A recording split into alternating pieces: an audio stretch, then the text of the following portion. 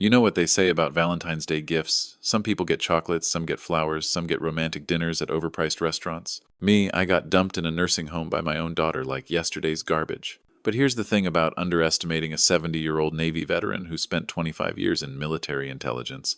We've got more tricks up our sleeves than a Vegas magician, and we're a hell of a lot more patient when it comes to planning the perfect payback. My name is William Bill Harrison, and I'm about to tell you the most satisfying revenge story you'll hear this year. By the time I'm done, you'll understand why my daughter Rebecca is probably lying awake in her prison cell right now, wondering how her doddering old father managed to orchestrate the downfall of an entire criminal enterprise. Trust me, this story has more twists than a mountain highway, and every single one of them leads straight to justice. But let me start at the beginning, because context matters, and you need to understand exactly who you're dealing with here. I'm not just any 70-year-old. I served in the United States Navy from 1972 to 1997, and I didn't spend those years swabbing decks or peeling potatoes. I was naval intelligence, which means I spent my career learning how to gather information, identify threats, and neutralize them before they could cause damage. Skills like that don't just disappear when you retire. They get refined by decades of real-world experience. My wife Margaret passed away 3 years ago after 42 years of marriage. Best woman who ever lived, and I'm not just saying that because she's gone. She was the kind of person who remembered every neighbor's birthday, who brought casseroles to new families who could spot a liar from 3 counties away. Margaret raised our daughter Rebecca to be honest, hardworking, and compassionate. Somewhere along the way, those lessons didn't stick.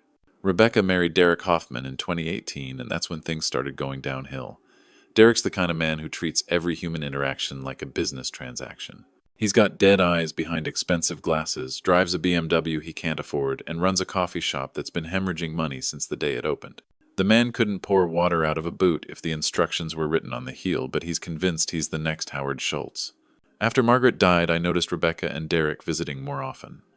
At first I thought it was sweet. Maybe they were finally showing some family concern. Rebecca would come by every few weeks, always with some excuse about checking on me, making sure I was eating properly, asking if I needed help with anything around the house. Derek would wander around taking pictures of rooms, claiming he was helping me document my belongings for insurance purposes. I should have known something was wrong when Derek started asking detailed questions about my finances. How much was the house worth? Did I have a will? What about life insurance? He framed these conversations as helpful planning, but I'd been interrogated by professionals, and Derek's technique was amateur hour. The house Margaret and I bought in 1979 sits on 2 acres in what's become a very desirable neighborhood. We paid $45,000 for it back then. Today it's worth north of $500,000. It's got 4 bedrooms, 3 bathrooms, a workshop where I build furniture, and a garden that Margaret spent decades perfecting. Every rosebush, every fruit tree, every flower bed holds memories of the woman I loved. But it was the 14th of February, 2024, when everything came to a head. I was in my kitchen making my famous pot roast, the same recipe Margaret taught me 45 years ago. Brown the meat first, add the vegetables in stages, let it simmer low and slow until the whole house smells like heaven. I had Kenny Chesney playing on the radio, and I was looking forward to a quiet evening, watching the History Channel, maybe calling my buddy Harold Patterson to complain about politics. That's when I heard the key in my front door. Now, I'd given Rebecca that emergency key after Margaret passed, but this didn't feel like an emergency. It felt like an invasion. "Dad, we need to talk," Rebecca announced as she walked into my kitchen, Derek trailing behind her like a nervous shadow. She was wearing the fake smile she'd perfected in high school when she wanted to borrow the car after staying out past curfew. Derek stood there, fidgeting with his phone, probably running calculations on some app. The man treats everything like a spreadsheet, including, apparently, his father-in-law's life expectancy. "We've been worried about you, Dad," Rebecca continued, gesturing around my perfectly clean, well-maintained house like it was some kind of condemned building. "Living alone at your age, it's just not safe anymore. What if you fall? What if you have a medical emergency? What if something happens and nobody finds you for days?" I looked at her, really looked at her, and saw my wife's eyes in a face that had grown hard with greed and desperation. "I'm 70, Rebecca, not 90. I work out 3 times a week. I take my medications, and I've got neighbors who check on me. Mrs. Patterson next door brings me soup every Tuesday." "But Dad, what about your memory? Last month you forgot about our dinner plans." That was a lie, and we both knew it. They'd canceled on me at the last minute because Derek had some business emergency that turned out to be a poker game with his college buddies. "We found you the perfect place," Derek said, finally joining the conversation. "Sunset Manor. They have 24/7 medical care activities people your own age to socialize with. It's more like a resort than a nursing home. An assisted living facility, Rebecca corrected, like changing the label made the cage more attractive. Very upscale. We've already toured it, talked to the staff, and paid the deposit. That's when the alarm bells started ringing in my intelligence-trained brain. These two penny pinchers had never paid a deposit for anything upscale in their lives. Derek still used expired coupons at McDonald's and argued with cashiers about senior discounts he wasn't old enough to qualify for. But I'd learned long ago that the best intelligence comes from letting people think you're harmless. Well, that's very thoughtful of you both, I said, turning down the heat on my pot roast. When were you thinking we should visit this place? Today, actually, Rebecca said, avoiding eye contact. We have the car outside. Just pack some clothes and personal items. They'll provide everything else you need. Today on Valentine's Day, Dad, every day you stay here alone is a risk, Derek said, and I caught him glancing at his Rolex. He was in a hurry, which meant this wasn't about my safety, this was about a deadline. The ride to Sunset Manor was like being kidnapped by people who shared my DNA. Derek had activated the child's safety locks. Apparently they thought I might jump out at a red light like some action movie hero. Rebecca kept up a steady stream of chatter about how wonderful this was going to be. How I'd make new friends, how I wouldn't have to worry about cooking or cleaning or maintaining a house anymore. Meanwhile, I was doing what I'd been trained to do: observe, memorize, and analyze. Derek kept checking his phone and muttering about schedules. Rebecca's hands were shaking and she was talking too fast, which meant she was nervous about something. And they'd chosen Valentine's Day for this move, which seemed deliberately cruel, unless there was a specific reason they needed me out of the house immediately. Sunset Manor looked exactly like what it was. A place where families dump their inconvenient elderly relatives and try to forget about them. The building was beige brick with small windows surrounded by a parking lot that had more potholes than pavement. The sign by the entrance read, Sunset Manor, where every day is golden, which was the kind of corporate doublespeak that made my teeth itch. The lobby smelled like industrial disinfectant trying to mask the odors of despair and resignation. Fake plants sat in corners gathering dust, and the furniture looked like it had been selected by someone who'd never actually sat in a chair before. Motivational posters on the walls proclaimed things like, "Today is the first day of your new adventure, and aging is just another word for living." A cheerful young woman named Jennifer greeted us with the kind of aggressive enthusiasm usually reserved for game show hosts and pyramid scheme recruiters. She had blonde hair pulled back in a ponytail and wore scrubs decorated with cartoon cats. "Mr. Harrison, we're so excited to welcome you to the Sunset Manor family," she practically shouted, like volume could overcome the institutional atmosphere. "Your daughter and son-in-law have told us so much about you. We've prepared a wonderful room, and I just know you're going to love it here." She led us down a hallway lined with portraits of elderly people who all seemed to be smiling with their mouths but not their eyes. The carpet was industrial gray with stains that told stories nobody wanted to hear. "And here's room 247, Jennifer announced, opening the door to what would apparently be my new prison cell. "It has a lovely view of the courtyard, and look, your family has already brought some of your personal items to make you feel at home." The room was about the size of a closet at a budget motel. A narrow bed with a thin mattress, a particle board dresser, and a chair that looked like it had been rescued from a doctor's waiting room circa 1987. On the dresser they'd placed a crooked picture of Margaret and me from our wedding day crammed into a cheap IKEA frame that made my beautiful wife look like a funhouse mirror reflection. The courtyard view was a concrete square with a dead tree in the middle and a bench that nobody had sat on in years. If this was golden, I'd hate to see their idea of tarnished. "The dining room serves 3 meals a day," Jennifer continued, "and we have activities like bingo on Tuesdays and movie nights on Fridays. There's a television room where residents can socialize, and we have a lovely library with books and magazines." I watched Rebecca and Derek exchange looks when they thought I wasn't paying attention. Derek checked his phone again and whispered something about paperwork and timeline. Rebecca nodded and said something back that I couldn't quite catch, but her body language screamed guilty conspiracy. "Dad, we should probably get going," Rebecca said, giving me a hug that felt more like a formality than affection. "You'll be so happy here, and we'll visit all the time." Derek shook my hand with the grip of a dead fish and said, "Take care of yourself, Bill. This is really for the best." They left me standing in that depressing room with my wedding photo and a suitcase full of clothes I hadn't packed myself. That's when I knew for certain that this wasn't about my well-being. This was about something much more sinister. But here's what Rebecca and Derek didn't understand about their old man. 25 years in naval intelligence doesn't just teach you how to gather information, It teaches you patience planning and the value of making your enemies think they've already won. That night, after the staff had finished their rounds and the hallways had gone quiet, I did what any good intelligence officer would do. I went on reconnaissance. The hallways at Sunset Manor after 9 p.m. tell a completely different story than the cheerful daytime tours. The institutional cheerfulness evaporates after dark, replaced by the sounds of people who've been abandoned by the families they spent their lives loving and supporting. Mrs. Eleanor Winters in room 251 was crying on the phone begging her son not to sell her house. "Tommy, please, I just need a few more weeks to figure this out," she sobbed. "That house has been in our family for 50 years. Your father built that deck with his own hands." Down the hall, Mr. Vincent Torres was arguing with someone about his car being sold without his permission. "I don't care what the power of attorney says," he was saying. "I never signed anything that gave you the right to sell my Buick. That car still has payments on it." Room after room, the same story. Elderly people whose families had convinced them they needed care, then systematically began stealing their lives piece by piece. These weren't people with dementia or serious health problems. These were sharp, capable adults who'd been manipulated into giving up their independence. That's when I met the people who would become my squad. Mrs.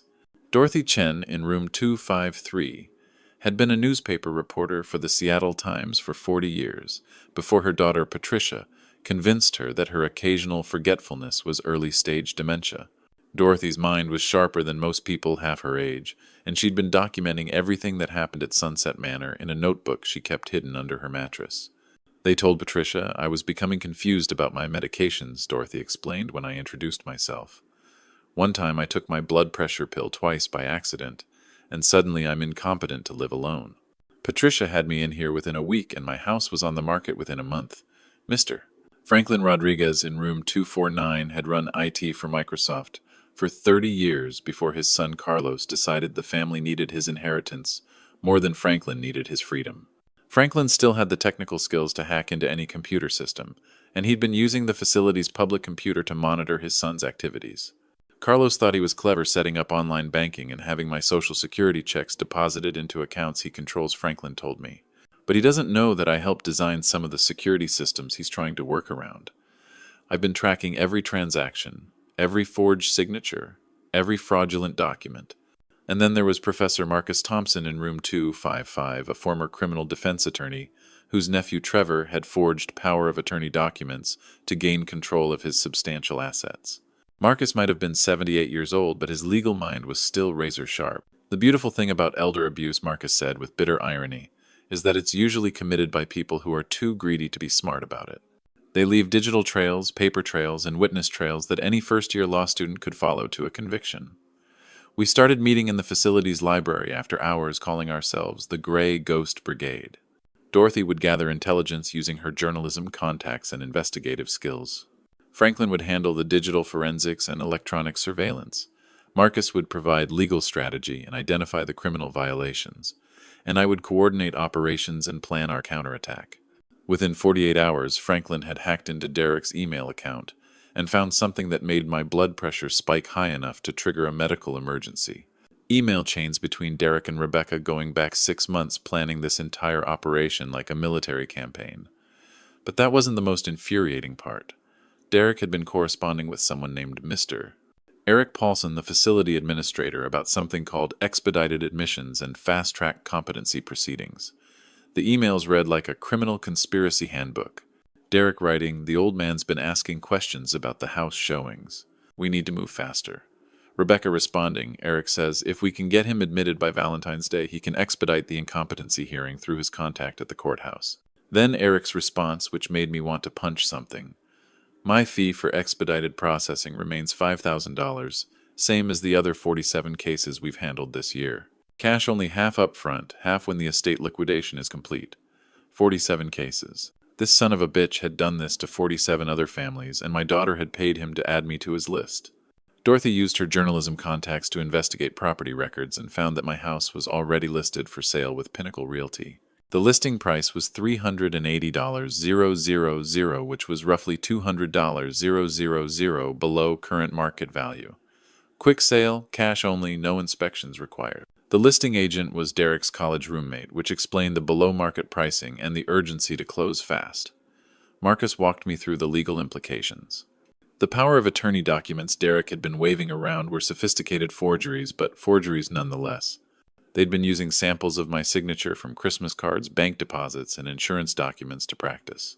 The competency hearing was scheduled for the following Tuesday, where they'd present evidence of my declining mental state to a judge who, according to Eric's emails, had been taking bribes to rubber stamp these proceedings. But here's what they didn't know about this old Navy veteran. I might be 70, but I still had friends in very useful places. Harold Patterson had served as my communications officer during our tour in the Persian Gulf, and after retiring from the Navy, he'd become a lawyer specializing in elder abuse and estate fraud. Harold had been waiting 30 years for a case this egregious, and when I called him with the evidence we'd gathered, he sounded like a kid on Christmas morning. "Bill, this is the mother lode," Harold said when I briefed him on our findings. "We're not just talking about elder abuse here.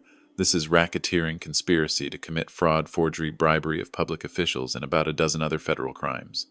The FBI's Elder Justice Initiative has been looking for a case like this for years." Harold moved fast. Within 24 hours, he'd contacted the FBI, the state attorney general's office, and the local district attorney. He'd also reached out to investigative reporters at 3 major newspapers and 2 television stations. This wasn't going to be just a family court proceeding. This was going to be a federal case with national media attention. But before we could spring our trap, I needed one more piece of evidence. I needed Rebecca to incriminate herself on tape with witnesses present in a way that would be admissible in court. The night before the competency hearing, I made a phone call to my daughter. Marcus sat right next to me as a witness. Franklin had his digital recorder running, and Dorothy was taking shorthand notes like the professional journalist she'd been. "Rebecca, honey, I've been thinking about your mother's jewelry," I said when she answered the phone. "You know, her engagement ring, the pearl necklace I gave her for our 25th anniversary, the emerald earrings she inherited from her grandmother. I want to make sure you get them when the time comes." "Oh, Dad, you don't need to worry about that right now," she said, but I could hear Derek coaching her in the background, telling her to keep the conversation short. "Well, I know you and Derek have been working so hard to take care of me, and I want to make sure you're properly compensated. Speaking of which, this place must be costing you a fortune. How much did you say Sunset Manor charges per month?" "Don't worry about the money, Dad. We've got it handled. Derek worked out a special arrangement with Mr. Paulson." "Eric Paulson. How did Derek know to contact him specifically? I mean, there are dozens of facilities in the area." That's when she made her first major mistake. Well, Eric's handled a lot of these situations before. He knows how to expedite things when families need to make arrangements quickly." Marcus was nodding and taking notes. This was admissible evidence of conspiracy. "Rebecca, can I ask you something as your father? How many other families has Eric helped Derek with these kinds of arrangements?" There was a long pause, then Derek's voice in the background saying, Hang up right now." But Rebecca, bless her greedy heart, was already in too deep to stop talking. "Dad, I think you're getting confused. This is just about you and your care. The 47 other cases, Rebecca. I know about all of them. I know about the forged power of attorney documents. I know about the bribes to the judge. I know about the house being listed below market value. And I know about the $5,000 you paid Eric to fast-track my competency hearing." The line went dead immediately, but we had everything we needed. Harold spent the night filing emergency injunctions, alerting federal authorities, and preparing criminal complaints. The competency hearing the next morning was going to become something very different than Rebecca and Derek expected. Tuesday morning arrived gray and cold with that February drizzle that makes everything look as miserable as it feels. I got dressed in my best Navy dress uniform, the same one I'd worn to Margaret's funeral, because I wanted Rebecca to see exactly who she'd been trying to destroy. The courthouse was packed. Harold had alerted the media, and there were news vans from 3 television stations parked outside. Adult Protective Services had sent representatives. The FBI had agents present. And most importantly, families of the other 47 victims had been contacted and were there to see justice served. Rebecca and Derek walked into the courtroom looking confident, probably expecting a 10-minute rubber stamp from a bored judge who'd rubber stamp their guardianship petition without looking too closely at the evidence. Derek was wearing his most expensive suit and carrying a briefcase full of forged documents. Rebecca had on the black dress she'd worn to her mother's funeral, which struck me as particularly inappropriate. Instead of a sleepy family court proceeding, they found themselves facing Judge Patricia Morrison, who'd built her career prosecuting elder abuse cases and had zero tolerance for family fraud. Harold had specifically requested her for this case, and she'd agreed to hear it despite having a full docket. Your Honor, Harold began, before we proceed with any competency hearing, I need to present evidence of criminal activity that directly relates to these proceedings. Judge Morrison nodded. Proceed, counselor. Harold played the recorded phone call. You could watch Rebecca's face change from confidence to confusion to dawning horror as she heard her own voice admitting to conspiracy and fraud. Derek went completely white and started whispering frantically to the public defender who'd been assigned to represent them. Then Harold presented the email evidence that Franklin had recovered. The entire scheme laid out in black and white, how they'd targeted elderly residents, identified vulnerable family situations, coached greedy relatives through the process, forged legal documents, bribed court officials, and split the proceeds from forced property sales. But the real bombshell came when Eric Paulson was brought in wearing handcuffs and an orange jumpsuit. Faced with federal racketeering charges and the loss of everything he'd worked for, he decided to cooperate fully with the prosecution. Yes, Your Honor, Eric testified, I've been running this operation for 3 years. Families would pay me $5,000 to expedite the admission process and arrange for quick competency hearings. I had arrangements with 3 judges, 2 court clerks, and a network of real estate agents who would handle below-market sales. And how many elderly victims were involved in this scheme? 47 confirmed cases, Your Honor. Possibly more. We kept detailed records for financial purposes. Rebecca kept looking at me like she couldn't understand how her doddering old father had orchestrated this entire investigation. Derek had gone beyond white to a sickly green color and was making notes on a legal pad with shaking hands. Judge Morrison asked if I wanted to make a statement before sentencing. I stood up slowly, letting my 70 years show, and looked directly at my daughter. Your Honor, I served 25 years in the United States Navy. I've been shot at by enemies who wanted to kill me, and I respected them more than I respect what my daughter has become. At least they were honest about their intentions. I paused, letting that sink in. Margaret and I raised Rebecca to be honest, compassionate, and hardworking. We taught her that family takes care of family, that you honor your elders, and that integrity matters more than money. Somewhere along the way, those lessons got lost. But here's what breaks my heart most, Your Honor. It's not the money or the house or even the betrayal. It's that my wife isn't here to see what our daughter became. Margaret died, believing that Rebecca would take care of me when I got old, just like we took care of Margaret's parents and my parents. She died, thinking our family would stay together. Instead, my daughter saw my grief as an opportunity and my trust as a weakness. She looked at the house where she was raised, where her mother planted every flower and painted every room, and saw nothing but dollar signs. She looked at her father and saw nothing but an obstacle to her inheritance. The courtroom was completely silent. Even the reporters had stopped taking notes. Your Honor, I don't want revenge. I want justice. Not just for me, but for the 47 other families who trusted their children and got betrayed. For the elderly people who are sitting in nursing homes right now, wondering why their families abandoned them, not knowing that they were victims of a criminal conspiracy. Judge Morrison sentenced Rebecca to 5 years in federal prison for elder abuse, fraud, conspiracy, and racketeering. Derek got 7 years. Because the forged documents were in his handwriting and his coffee shop had been used to launder money from the property sales. Eric Paulson got 15 years and permanent loss of his professional licenses. The 3 judges who'd been taking bribes were arrested that afternoon. The real estate agents involved in the below-market sales were charged with fraud. And the FBI's Elder Justice Initiative used our case as the foundation for a nationwide investigation that ultimately uncovered similar schemes in 12 other states.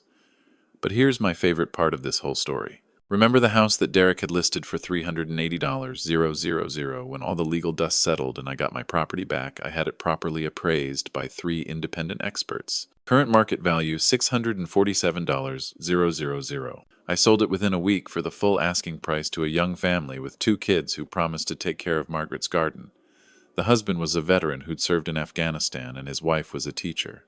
They understood the value of home and family in ways that my own daughter never had. You know what I did with that money? I bought a better house, one with a bigger workshop where I can build furniture for people who appreciate craftsmanship and a kitchen large enough to cook for people who actually deserve my pot. Roast. People like Dorothy Franklin and Marcus, my Grey Ghost Brigade teammates who've become the family I chose instead of the family I was born with. We all moved out of Sunset Manor within a month. Dorothy bought a condo near the university where she's teaching journalism classes to seniors who want to learn investigative techniques. Franklin started a consulting business helping elderly people protect themselves from digital fraud. Marcus opened a legal aid clinic specializing in elder rights. And Sunset Manor itself. Once Eric Paulson was removed and proper oversight was established, it actually became a decent place. They brought in new management, hired qualified staff, and created real programs for the residents. There's a library now with books donated by local families, a woodworking shop, where residents can learn new skills, and a chef who makes actual food instead of institutional slop. Some of the residents whose families had abandoned them there chose to stay because they'd built new lives and friendships with people who respected them. Others moved back home or into better facilities. But everyone got a choice, which is all any of us really want. As for Rebecca and Derek, they're discovering that orange jumpsuits aren't as comfortable as they look, and prison food makes Sunset Manor's old cafeteria look like fine dining. Derek's coffee shop went bankrupt within 6 months. Turns out people don't want to buy lattes from someone who steals from elderly parents. The building is now a small bookstore run by a retired librarian who actually cares about the community. Rebecca lost her job, her house, her car, and her reputation. The last I heard, she was working in the prison laundry for 23 cents an hour and complaining about the working condition. Derek's in a different facility, probably calculating how many years of good behavior he needs to get early parole. But the absolute best part of this entire story happened about 6 months after their sentencing. I got a letter from Rebecca in prison. She wanted to apologize and ask if I'd put money in her commissary account so she could buy soap, toothpaste, and maybe some decent coffee. I wrote back with just 4 words. Ask Derek for money. Some people tell me I should forgive them, that family is family, that holding grudges isn't healthy for a man my age. But you know what? Family doesn't forge your signature to steal your house. Family doesn't dump you in a nursing home so they can liquidate your life savings. Family doesn't conspire with criminals to have you declared incompetent so they can access your inheritance while you're still alive to watch them spend it. Dorothy, Franklin, Marcus, and I have Sunday dinners now at my new house. Real family dinners where people show up because they want to be there, not because they want something from you. Last Sunday, Dorothy brought her famous apple pie and told us about the article she's writing for AARP magazine about recognizing elder abuse. Franklin fixed a virus on my computer and taught me how to use encrypted email. Marcus helped me set up a living trust that's bulletproof against future scammers and includes provisions for the Grey Ghost Brigade to watch out for each other. And every time we sit down to eat at the dining room table I built with my own hands, I think about Margaret. She always said you can judge people's true character by what they do when they think nobody's watching. Rebecca and Derek thought nobody was watching when they planned to steal my life, sell my home, and warehouse me in a facility until I died quietly and conveniently. They didn't know that this old Navy veteran had been taking notes the whole time. The moral of this story isn't about revenge. It's about preparation, patience, and the power of underestimated people working together. Rebecca thought she was putting her inconvenient father out to pasture so she could get on with spending his money. Instead, she ended up learning that some pastures have electric fences and some old bulls still have plenty of fight left in them.